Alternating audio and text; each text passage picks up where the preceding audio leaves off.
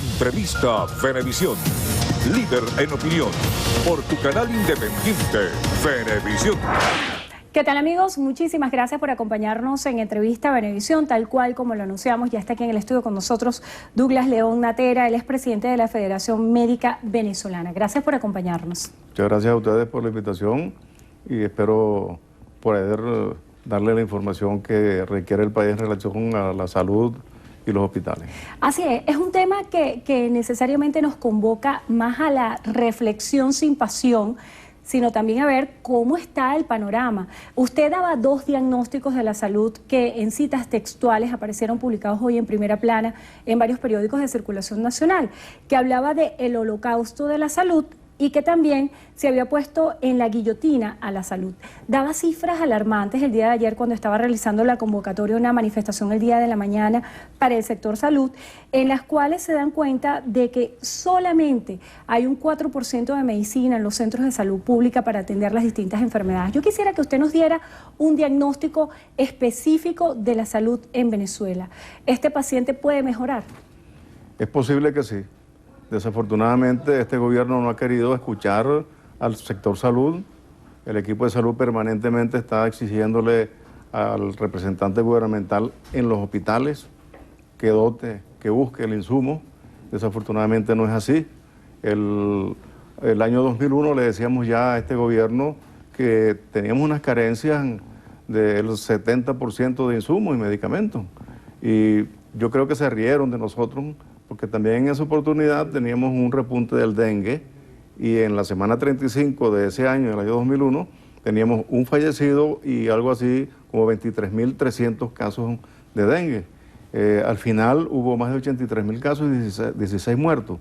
Y nos decían en ese momento que eso era falso y que la Federación Médica estaba inventando cifras. Si los números están allí en la información epidemiológica, que de paso todos los médicos necesitamos información diaria de qué es lo que está pasando en el ambiente, qué es lo que está pasando en los hospitales, si existen el insumo, si tenemos el medicamento. ¿Hoy en día esa información está actualizada? No, tenemos 17 meses que el gobierno tiene guardada la información, no la da, no la publica, y los números que nos llegan es porque conseguimos algún dato de parte de algún personal del ministerio, pero realmente de manera oficial no tenemos los números que deberíamos revisar semanalmente para ver cómo se van comportando cada una de las enfermedades. Fíjate que en el año 2007 decían que no había parotiditis y resulta que al final nos rebotó información de la OPS desde el norte que había más de 250.000 casos de parotiditis ese año. Entonces fíjate, nos falsean información, no nos las dan y tenemos que prácticamente estar trabajando a tientas. Hospitales sin insumos, apenas tenemos el 4 o el 5%, pero vamos a suponer que la información que nos dieron a nosotros no es real y que no es el 4 o el 5%, que tienen el 15%, pero realmente con el 15% se puede trabajar con dignidad, se puede dar el diagnóstico, se puede salvar vidas en los hospitales. No, y la gente se nos está muriendo de mengua en los hospitales y también en las casas, porque no conseguimos los medicamentos. Tengo un ejemplo, una señora llamada Juana del Hospital Domingo Luciani, que es epiléptica, tiene 5 meses y medio sin tomar el medicamento, no puede salir a la calle sola, tiene que andar con 2 personas que la acompañen, porque si no, le da su crisis, y bueno, puede incluso hasta fallecer, porque son crisis repetitivas, o se muerde, queda sangrando en la lengua, etcétera. Realmente es un drama para los pacientes epilépticos, para los pacientes con afecciones psicológicas, psiquiátricas, los pacientes oncológicos, por Dios. Y los pacientes con enfermedades crónicas también, los pacientes que tal vez necesitan un tratamiento prolongado y tal vez se deriva las causas de muertes en otras, pero cuando ves el origen obedece a que no hay los medicamentos. En este sentido, la Federación Médica Venezolana ¿tiene alguna estadística, tiene algún registro para hacer una denuncia contundente del impacto de este déficit de medicina, no solamente en los sectores de salud pública, sino también, como usted hacía referencia, a los pacientes que en su casa no pueden tener el tratamiento? Sí, desafortunadamente son estadísticas silentes, estadísticas que se quedan, digamos que en las gavetas del gobierno, porque ellos no las dan, y si a alguno se le ocurre decir lo que está pasando en el hospital, ese personal, ese médico o ese compañero del equipo de salud es destituido, porque el gobierno no le gusta que se digan las verdades. Y qué mejor verdad que dar diagnóstico certero. Fíjate que el año antes pasado, el presidente del Colegio Médico del Estado de Aragua, el doctor Ángel Sarmiento, bueno, fue vilipendiado y fue incluso perseguido por el gobierno, que tuvo que irse por haber exigido diagnóstico oportuno de 8 muertes que existían allí en menos de 72 horas en el Hospital Central de Maracay. Y eso sucede a cada rato, las amenazan a los médicos, a las enfermeras, a los odontólogos, a todos, porque desafortunadamente en este gran holocausto que ha creado el gobierno, no quieren reconocer las realidades y quieren tapar el sol con un dedo. Entonces dicen que los medicamentos están y le envían a la gente a hablar, a llamar a un teléfono 0800X, resulta que ese teléfono no lo atiende nadie, y cuando por fin alguien lo atiende, resulta que ese medicamento no existe. Pero imagínate que existiera y que la persona, el enfermo, vive aquí en Caracas y que le digan que está en la farmacia de Santa Elena de Guairén. Entonces, ¿cómo hace para conseguir ese medicamento de aquí a Santa Elena de Guairén si ni siquiera el gobierno permite que puedan enviar por correo medicamentos o alimentos? Entonces el término o el cuento del gallo pelón. ¿Qué quieres que te cuente? El cuento del gallo pelón. Pero ¿quieres que te cuente el cuento del gallo pelón? Entonces ese es el problema de los medicamentos. No hay medicamentos, la gente se nos está muriendo de mengua. Lo que sí no es un cuento, estamos marchando. Lo que sí no es un cuento es lo que está pasando también, no solamente con el área de las medicinas, sino con los alimentos de las personas que están hospitalizadas. Recientemente se difundió una noticia que daba cuenta de la situación de los infantes que no recibían su dieta nocturna porque no existían fórmulas lácteas en los centros de salud. ¿Cómo se está monitoreando que un paciente que está hospitalizado pueda tener una dieta adecuada? Es increíble esto que sucede con la alimentación. En cada hospital hay un equipo de dietistas, de especialistas, de profesionales que manejan la dieta de los enfermos. Pero resulta que hace unos 10 años para acá prácticamente no están haciendo la dieta balanceada porque no existen los elementos básicos para hacer la alimentación, la dieta. Entonces, se conforma el paciente con lo poco que le puedan llevar de la casa, de la calle, al enfermo. Entonces, eso lo hemos venido diciendo también desde hace más de 10 años. Y ahora, con esto que está sucediendo en el Hospital JM Los Ríos, realmente, y uno lo cuenta a nivel internacional y nadie lo cree, porque todavía hay muchos que todavía suponen que tenemos muchos ingresos y que esos ingresos se siguen distribuyendo como se distribuían antes. Y resulta que no es así. A nivel internacional, en la Confederación Médica Latinoamericana y del Caribe, donde la Federación Médica es parte activa, permanentemente estamos colocando nuestras denuncias y eso se sabe allí, en la Asociación Médica Mundial, en el Consejo Médico Mundial, en el Foro Iberoamericano de Entidades Médicas, en todas estas partes, incluso al Papa Benedicto XVI. Yo personalmente le dejé una comunicación donde le narraba toda la situación de Venezuela en cuanto a salud, en cuanto a lo que las agresiones permanentes que sufrimos los médicos en los hospitales, que da miedo ir a trabajar porque el médico es prácticamente víctima de la inseguridad. No, y parece que es una orden directa que viene de la dirección del hospital y de un poco más arriba o más allá de arriba, donde al médico permanentemente están agrediendo. Entonces, doctor, realmente da miedo de ir a trabajar. Más allá de lo gremial, yo le quiero hacer una pregunta desde el punto de vista humano. ¿Qué siente un médico ante un diagnóstico cuando ve que no existen los insumos para atenderlo ni en el hospital ni en la calle? Sí, mucho dolor.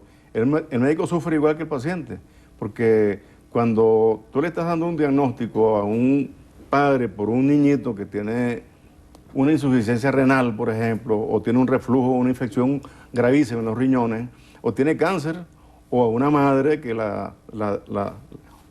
tiene 2 muchachitos y está diabética y por estar diabética entra en una fase terminal por hipertensión o por alguna de las enfermedades que se sobreagregan a esta enfermedad silenciosa, igual que la hipertensión. Entonces, realmente el médico sufre con el paciente, sufre con el familiar y muchísimas veces se mete la mano al bolsillo y lo poco que tiene se lo da al paciente, al enfermo, para que sume algo para comprar los medicamentos. Entonces realmente es una suma de sufrimiento tanto para el paciente como para uno como médico, y hay muchas historias de dolor del médico. Nosotros tenemos un médico santo que es José Gregorio Hernández. ¿Cuánto sufriría José Gregorio Hernández en su época cuando iba por las calles hacer diagnóstico y dar tratamiento, y que muchísimas veces se dice que de pronto le aparecía en la silla del familiar 5 bolívares que el doctor José Gregorio Hernández había dejado para que comprara las medicinas. Entonces realmente esos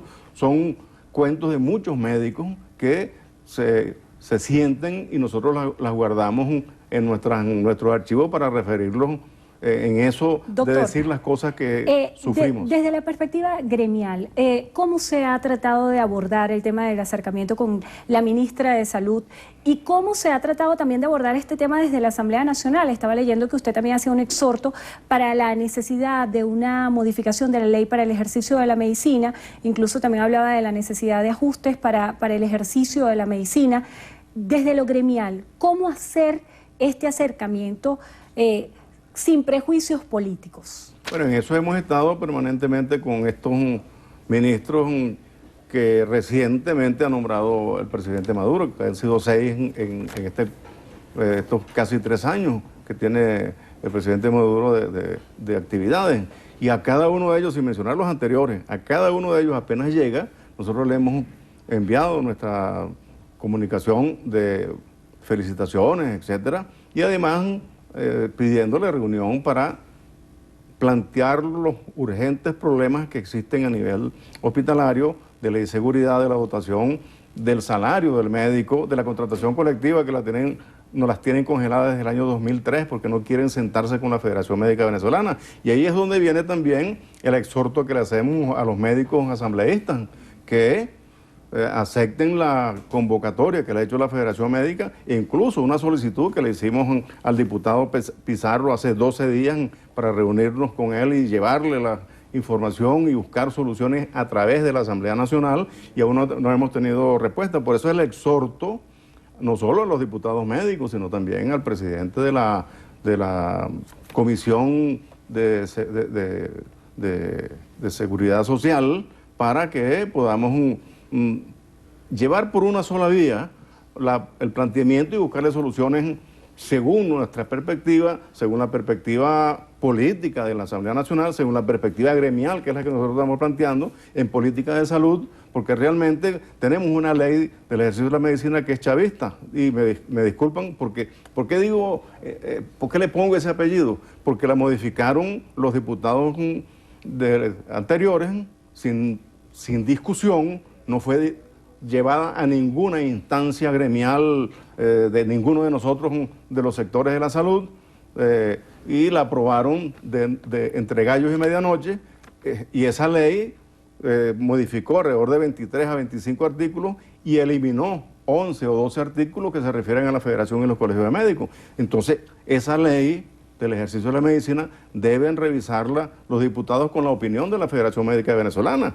Ese es el exhorto que le hacemos a los diputados, y también la ley de transporte y tránsito terrestre, porque no puede ser por lo de los certificados médicos. Usted decía que no deberían durar 5 años. Una duración de 5 años.